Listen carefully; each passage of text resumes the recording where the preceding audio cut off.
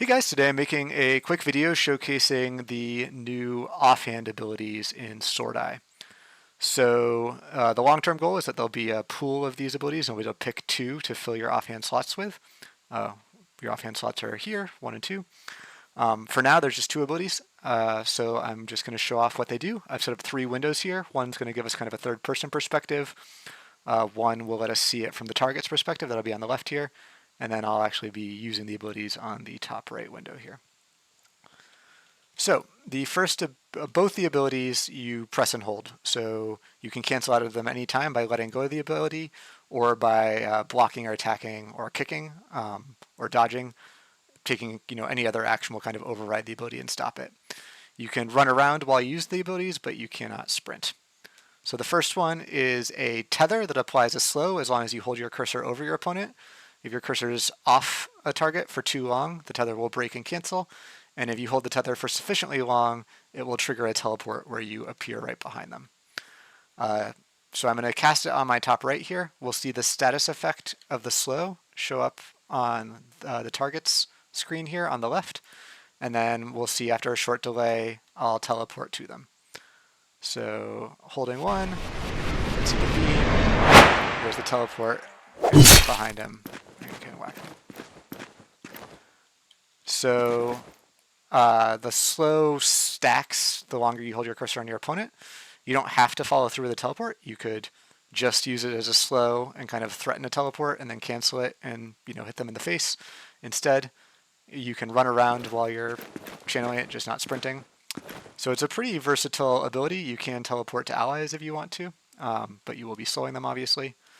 But yeah, so as an example, I can slow instead of teleporting, just hit him in the face. So if he turned around predicting I'd appear behind him, you might get a free hit that way.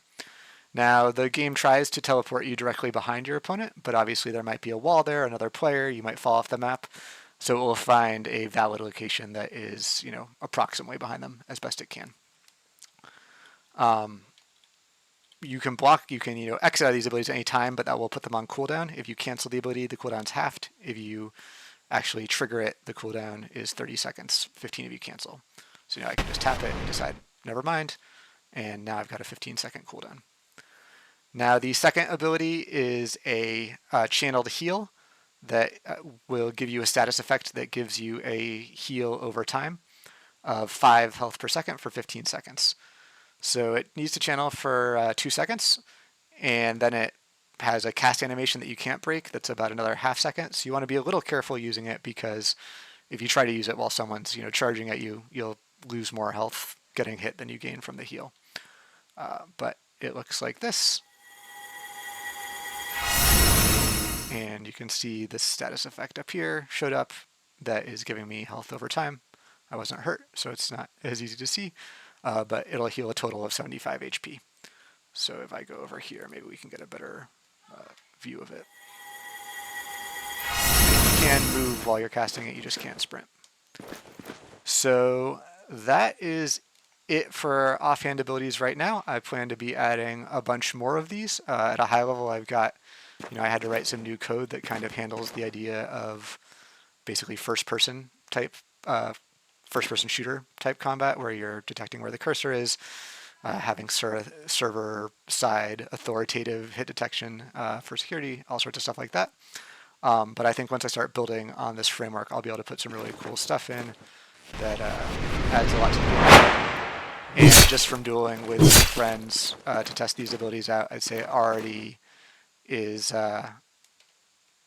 adds some interesting elements. If your opponent tries to stam up, you can back off and use your heal and then kind of keep the pressure on them to prevent them from healing.